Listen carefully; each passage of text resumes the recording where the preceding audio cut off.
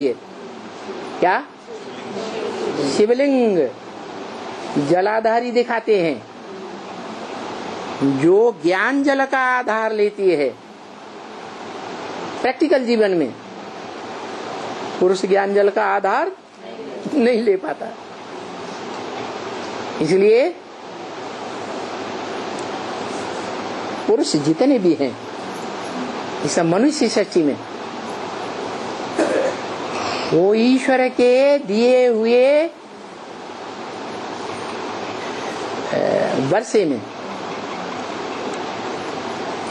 शिव ने जो वर्षा दिया ज्ञान का, उस वर्षे में प्रैक्टिकल जीवन में नहीं टिक पाते। चलो और इंद्रियों की प्रैक्टिस में टिक भी जाएं, लेकिन कामांग का कर्तव्य करते समय टिक ही नहीं पाते। नंबरवार टिकेंगे लेकिन 100% नहीं टिकते। और ऐसा जो कर्मयोगी बने, कैसा कैसा कि जो मुख्य कामांग है उस कामांग को 100% प्रवृत्ति में रखे प्रैक्टिकल जीवन में, जिसकी यादगार शिवलिंग रखा हुआ है।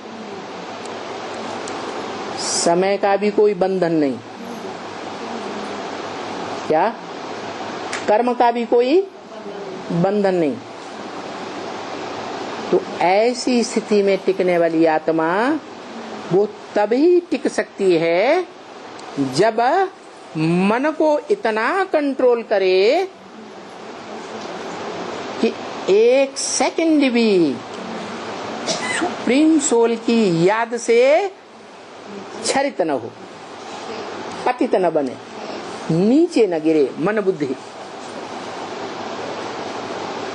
तभी संभव है कि वो कामदेव को, कामांग को कंट्रोल रख सकेगा, क्षरित नहीं होगा। इसलिए एक ही मनुष्य आत्मा इस सृष्टि पर है, भले उसे देव आत्मा कहा गया, देवताओं में भी महादेव कहा गया, जो अमोघ वीर्य कहा जाता है। क्या वो क्षरित नहीं होता।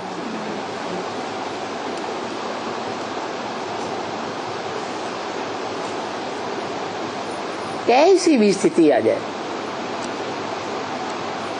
कैसी भी सुंदरी का संग क्यों न हो, कैसा भी वातावरण बांधने वाला हो सर्प सर्पणियों का,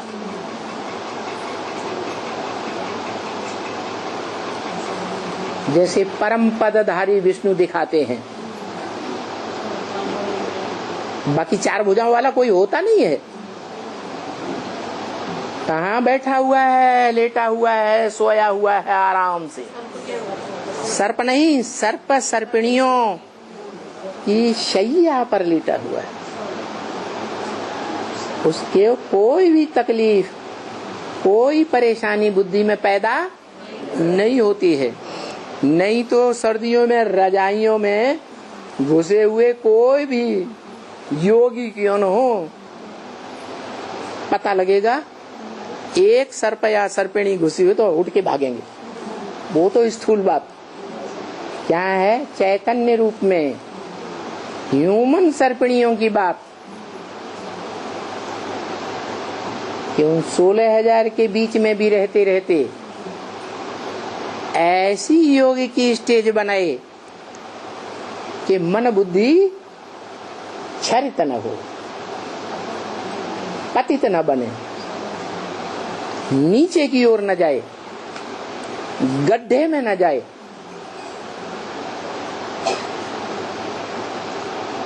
इसलिए भक्ति मार्ग में कहते हैं, बोल गड्ढे वाले की जय। क्या कहते हैं, कोई मंदिर है जिनमें गड्ढा बनाते हैं और गड्ढे में नीचे जाके शिवलिंग रख देते, पूजा करते हैं, बेचारे जानते नहीं है क्या है, क्यों है, क्यों इसकी पूजा करते हैं। बेचारे ये भी नहीं जानते कि पूजा पवित्र की होती है या अपवित्र की होती है। बस इतना जानते हैं कि शिव शंकर भोलेनाथ ने भी ये कर्म किया था तो हम क्यों नहीं करें। इतना जानते हैं कि कृष्ण भगवान ने भी 16,000 रानियां रखी थी तो हम क्यों नहीं रखें।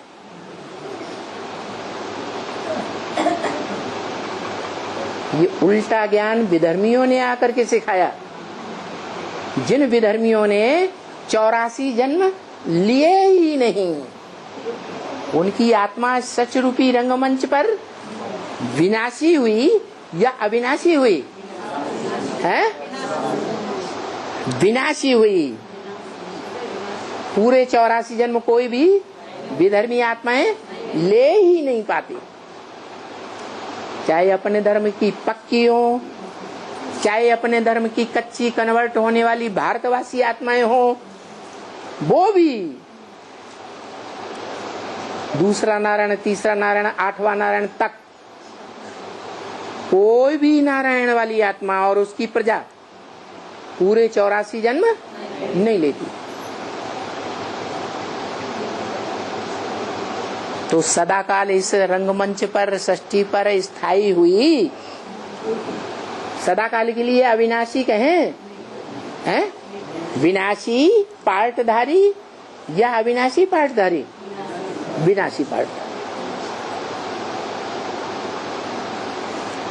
और जो 84 जन्म लेते भी हैं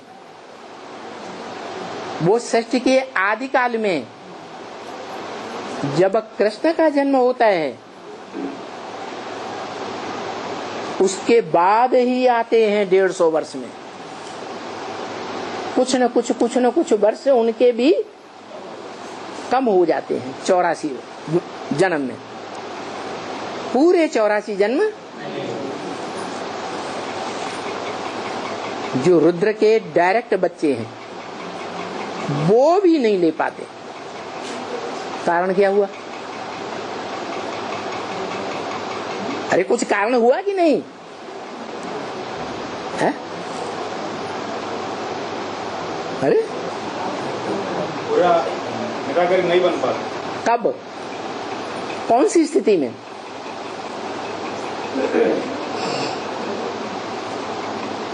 कौन सी परिस्थिति में? कौन सी प्रवृत्ति? कान की प्रवृत्ति, राधा कृष्ण की तरह आंख की प्रवृत्ति? कौन सी प्रवृत्ति में? कर्म करते हुए ना। कौन सा कर्म? काम इंद्रिय का कर्म करते हुए, निरंतर कर्म करते हुए भी मन बुद्धि से नीचे नहीं आते, शिव की याद में रहते हैं। तो नंबरवार हैं क्या? अव्वल नंबर कोई भी नहीं बनता, एक बनता है, उसको अमोघ वीर्य कहा जाता है। उसी की यादगार मंदिर में रखी हुई है। शिवलिंग जिसका सात्विक यादगार सोमनाथ मंदिर में है, जहां लिंगाकार बड़ा रूप देह की यादगार लिंग रखा था और लिंग में हीरा रखा था। वो हीरा किस आत्मा की यादगार है? है मन बुद्धि का बाप का यादगार है, जो बाप के समान बनता है। हीरो पाटधारी शिव का यादगार। शिव बाप कहते हैं मैं न पुजारी बनता हूँ न पूज्य बनता हूँ। और सोमनाथ के मंदिर में जो जाते थे वो हीरा की भी पूजा करते थे और लिंग की भी पूजा करते थे, प्रवृत्ति की पूजा करते थे या एक की पूजा करते थे? तो बताओ कौन सी आत्मा की यादगार है वो हीरा? दूसरी बात, शिव कहते हैं मैं तो पत्थर बुद्धि बनता ही नहीं। ये हीरा हो या नवरत्नों में से कोई भी रत्न हो, सारे ही पत्थर बुद्धि। मैं पत्थर बुद्धि हूँ, मैं तो पत्थर बुद्धि बनता ही नहीं। तो मेरा यादगार है वो सोमनाथ के मंदिर में, या जहाँ कहीं भी शिव के मंदिर बने हुए हैं उसमें बिंदु लगाते हैं, वो बिंदु किसकी यादगार है? हैं? हाँ, जो साकार है, बनने वाली साकार आत्मा, मनुष्य सृष्टि में जो अव्वल नंबर ऐसा साकार शरीर धारण करती है, जो शरीर कभी विनाश को प्राप्त नहीं होता। क्यों? क्योंकि वो सुप्रीम सोल बाप का मुकर्रर रथ बना है। तो लगातार का संग का रंग हुआ या नहीं हुआ है? क्या बोला? तुम बच्चे ऐसे ही समझो कि इसमें कौन है? शिव बाप है। ये मत समझो कि आया कि नहीं आया, अब आया अब नहीं आया, ऐसे नहीं समझो। तुम समझो ये मुकर्रर रथ है। तो मुकर्रर रथ को भाग्यशाली रथ कहा। क्यों कहा? क्योंकि सृष्टि रूपी रंगमंच पर सदा कायम एक ही आत्मा का रथ है, जो इस सृष्टि पर सदा कायम है। एक सेकंड का भी अंतर नहीं पड़ता। मैं इस सृष्टि रूपी रंगमंच पर ज्ञान देने का, सुप्रीम टीचर का काम करके जैसे ही जाता हूं, वो आत्मा संपन्न स्टेज में टिक जाती है, शिव स्वरूप में टिक जाती है, तब ही जाता हूं, या बीच में ही छोड़ के चला जाता हूं है? हाँ, तो वो 40 वर्ष पूरे होते हैं और वो आत्मा शिव समान बन जाती है। और वो ही आत्मा वाणियों में इंटरफियर करके बार बार बोलती है, क्या महामंत्र? मत मना भव, मेरे मन में समा जा, मेरे दिल में समा जा। और दूसरी आत्मा कोई कह नहीं सकती कि मेरे में समा जा। क्यों? क्योंकि सारी सृष्टि जड़ और जंगम उसी बीज रूप बाप से निकलती है। सारी रचना कहाँ से निकलती है? उसी एक बीज से सारी जड़ और जंगम चैतन्य और जड़ सृष्टि निकलती है और अंत में उसी में समा जाती है। उसी गीता में कहा अव्यक्त मूर्ति ना। कैसी मूर्ति? अव्यक्त मूर्ति है। व्यक्त माने जो आंखों से दिखाई दे, अव्यक्त माने जो आंखों से दिखाई ही न दे। तो वो लिंग देखने में तो आता है कि नहीं? देखने में आता है, हैं? बड़ा रूप देखने में आता है कि नहीं? फिर अव्यक्त कैसे? अव्यक्त ऐसे कि उसमें जो कार्य करने वाली इंद्रियां हैं वो देखने में नहीं आती। क्यों देखने में नहीं आती? क्योंकि वो शरीरधारी आत्मा इंद्रियों की स्मृति में है ही नहीं। वो मन बुद्धि रूपी आत्मा इंद्रियों से रस लेने की स्थिति में है ही नहीं। इसलिए उसका यादगार है, पूजा जाता है। लिंग बड़ा रूप रथ की यादगार भी पूजा जाता है और उसकी आत्मा भी ज्योति बिंदु जो हीरा कही गई है सोमनाथ मंदिर में, वो हीरा किसकी यादगार है? शिव भगवान कहते हैं, शिव बाप कहते हैं मैं तो हीरो बनता ही नहीं। कौन बनता है? इस मनुष्य सृष्टि का जो बीज रूप आत्मा बाप है वो ही हीरो बनता है और वो ही जीरो की स्थिति में पहले पहले स्थित होता है।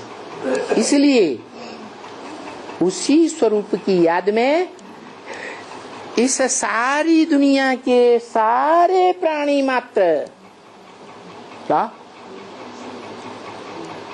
याद में टिकते हैं अंत समय में, और उसी में समा जाते हैं। मत मना भव, मेरे मन में समा जा। समा गए, प्राणियों का काम पूरा हुआ। फिर इस सृष्टि पर क्या रह जाता है? प्राणी मात्र अपना जड़ शरीर छोड़ करके उस शरीर में समा गए, उस शरीरधारी की याद में समा गए, जो इस सृष्टि रूपी रंगमंच पर सदा कायम रहता है। इसलिए झाड़ के चित्र में ऊपर बैठा एक नग्न रूप दिखाया। नग्न किस लिए? कि शरीर रूपी कपड़ा याद ही नहीं। आत्म की स्थिति पक्की है, शिव समान स्टेज पक्की है, वो ही याद है। बाकी ऐसा नहीं कि शरीर नहीं है, शरीर है, लेकिन याद में टिका हुआ नहीं है, शरीर की याद में। तो ऐसी संपन्न स्टेज में याद में टिकने वाले को सारी मनुष्य सृष्टि के सारे प्राणी उस याद में अंत समय में शरीर छोड़ते हैं, और शरीर छोड़ने के बाद उसी में समा जाते हैं। वसुदैव कुटुंबकम कहा जाता है। तो जो भी वसुधा का एक कुटुंब एक परिवार है, उसका जन्मदाता कौन है? अरे एक बाप ही होगा ना, एक बाप से ही सारा कुटुंब निकला और एक में ही समा जाता है। वो ही अविनाशी है, उसी को बोला गया ऊंचे ते ऊंचा भगवंत। ऊंचे ते और ऊंचा और नीचे ते नीचा कहाँ की बात है?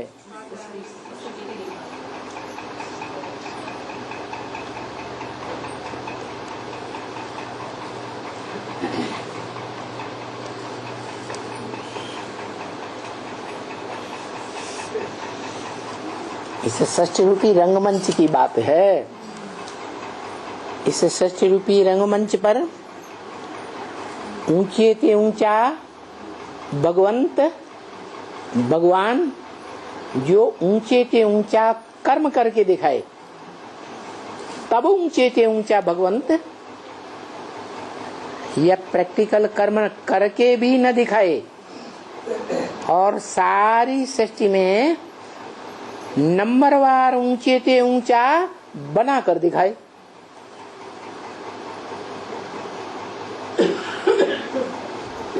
वो भी योग बल से।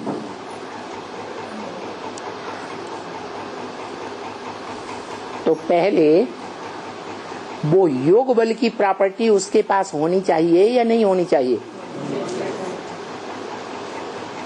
धनवान बाप होगा तो धन का वर्षा देगा, बड़ी प्रॉपर्टी वाला होगा तो बड़ी प्रॉपर्टी का वर्षा देगा, छोटी प्रॉपर्टी का हकदार होगा तो बच्चों को छोटी प्रॉपर्टी देगा, जमींदार बाप होगा तो जमीन जायदाद का वर्षा देगा। जिस बाप ने कभी जमीन जायदाद धन संपत्ति भोगी ही नहीं, स्वयं भोगी नहीं, वो दूसरे को भोगने का वर्षा दे सकता है? नहीं दे सकता। तो शिव बाप ने इस पॉइंट का क्लैरिफिकेशन मन मना भव महामंत्र ब्रह्मा के मुख से नहीं दिया, दादा लेखराज के मुख से। इसलिए बोला अभी गीता ज्ञान कहेंगे, गीता ज्ञानामृत नहीं कहेंगे, क्योंकि अमृत पी करके देवता बनते हैं। अमर क्या, अमर कैसे बनते हैं? अमृत पी कर देवता बनते हैं।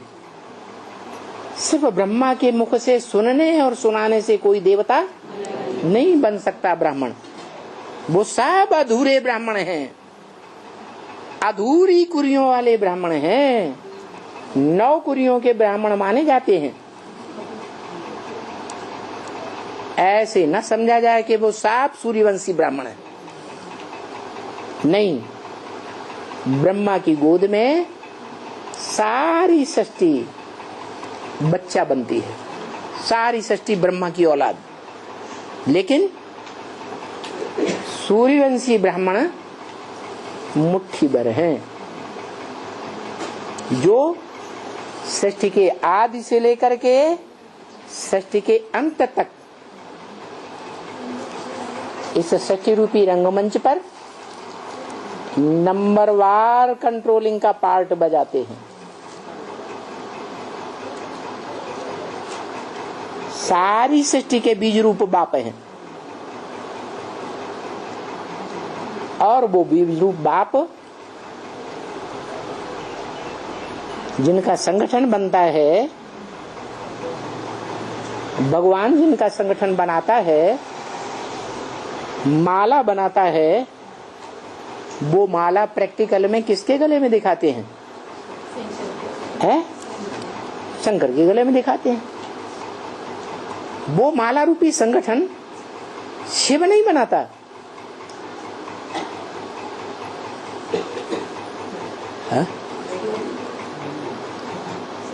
अगर शिव बनाता होता तो 80 साल में वो माला नहीं बना सकता। जो कहता है मैं आता हूं और 1 सेकंड में धक से तुम्हारी राजधानी स्थापन कर देता हूं,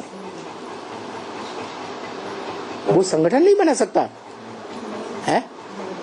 तो संगठन कौन बनाता है? संगठित कौन करता है? माला के नंबरवार मण के जिनके नंबर प्रत्यक्ष होते हैं, वो कौन प्रत्यक्ष करने का निमित्त बनता है?